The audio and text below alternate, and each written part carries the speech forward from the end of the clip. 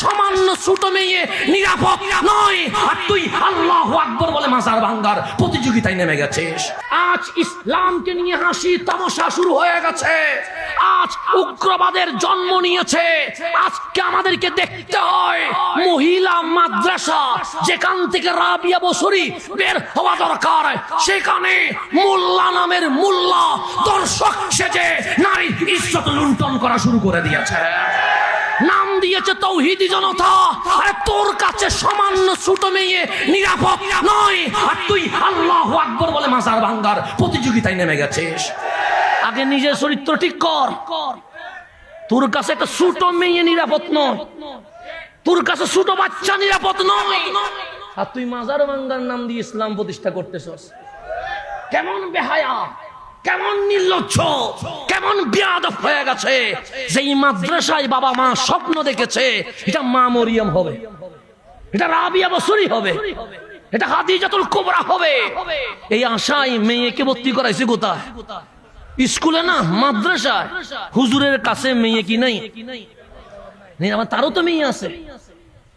যে হুজুর এই কন্যা সন্তানের ইজ্জত লুণ্ঠন করেছে তারও তো কি আছে?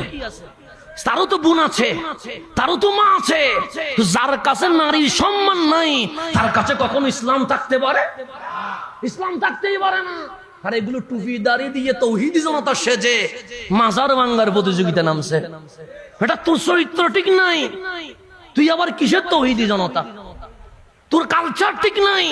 তোর কাছে না মেয়ে নিরাপদ না ছেলে নিরাপদ, কোনটাই নিরাপদ নয়, আর তুই আসছস ইসলাম কায়েম করতে।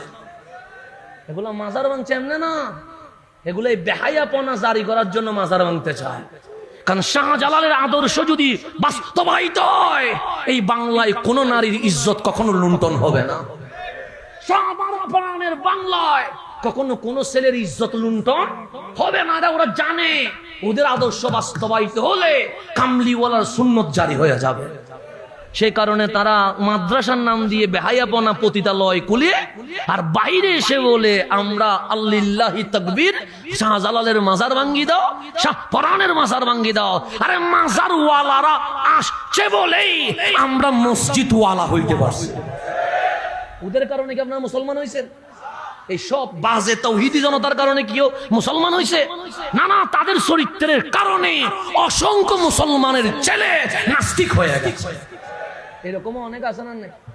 আছে যেই বাবার মেয়ে দর্শিত হয়েছে সেই বাবা কি আর মুসলমান থাকবে? সে বলবে যে মেয়ে মাদ্রাসায় নিরাপদ নয় সেই ইসলাম দিয়ে আমি কি করব? কথা ঠিক না? যেই বাবার বাচ্চাটা তার মাদ্রাসায় পাঠানোর কারণে বলৎকারের সম্মুখীন হয়েছে সে কখনো মুসলমান থাকবে? তারা মুসলমানদের নাস্তিক বানায়, আর আমরা শাহজালালের উত্তরসূরিরা অমুসলিমকে মুসলমান বানানোর কাজ করে থাকে। আমরা প্রেম দিয়ে ভালোবাসা দিয়ে মানুষকে কাছে কি করে আনি, ডেকে আনি। সেজন্য আপনাদের জাগতে হবে, আপনাদেরকে বুঝতে হবে টুপি আর দাড়ি দেখলে দৌড় দেওয়া যাবে। সংস্থার কয় অবস্থা? 3 অবস্থা মনে রাখবেন। সেটা মসজিদে এসে যদি বলে ফ্রি চাকরি করব, তখন বুঝি দেবেন এখানে জামিলা আছে। এখানে কি আছে? জামিলা আছে। এগুলো বুঝে নেবেন। সংস্থার কয় অবস্থা?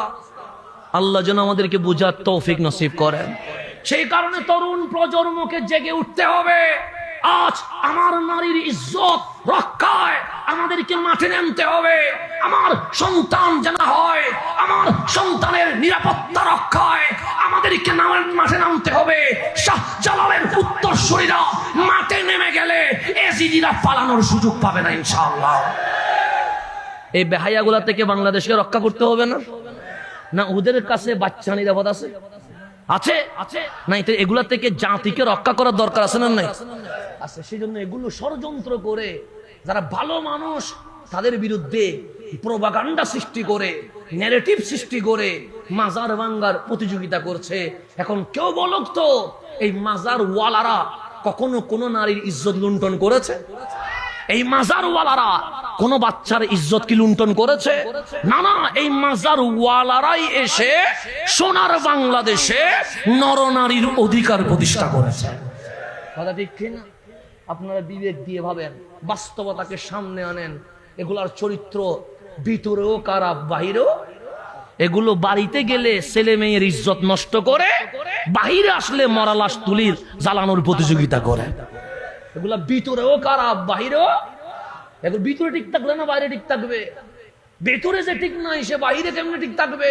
সেজন্য ভিতরে ইমানের নূর নাই বলে এগুলো ঘরের ভিতরে, মাদ্রাসার ভিতরে আকাম কুকাম করবে, আর বাইরে এসে হয়তোবা জীবিত মানুষকে মত সৃষ্টি করে, কখনো শহীদ নুরুল ইসলাম ফারুকীকে শহীদ করবে, কখনো ইমাম রইসুদ্দিনকে শহীদ করবে।